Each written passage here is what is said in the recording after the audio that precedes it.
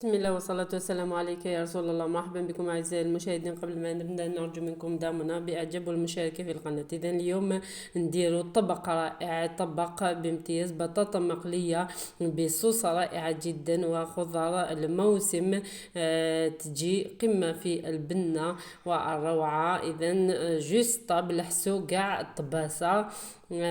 أكلة صيفية مهم شتوية بامتياز، أكلة رائعة. إذا نبداو بطريقة التحضير. إذا في مقلاة نحكمو نص صدر الدجاج برك ونقليوه مليح حتى يطلق إذا البنة تاعو في الزيت.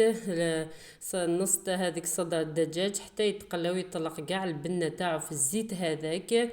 ديري ابري نزيدو له ملعقة معمرة مليح من الثوم، ولا 4 سنينات هكذا تاع الثوم، وزوج حبات تاع زردية مقطعة دوائر، كاس تاع الجلبانة.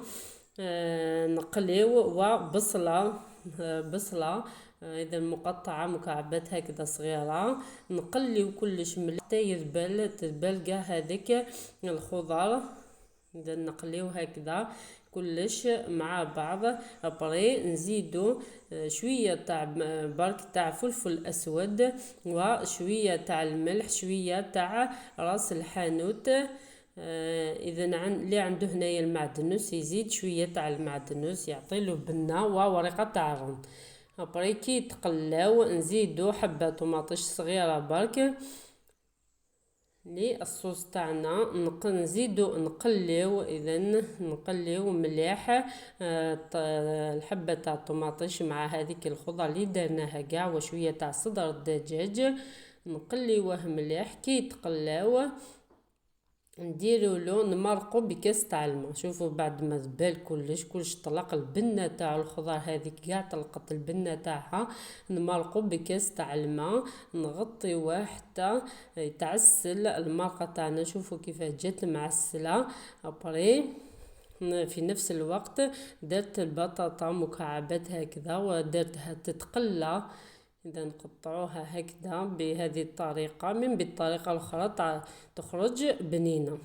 ابري جيست طابت.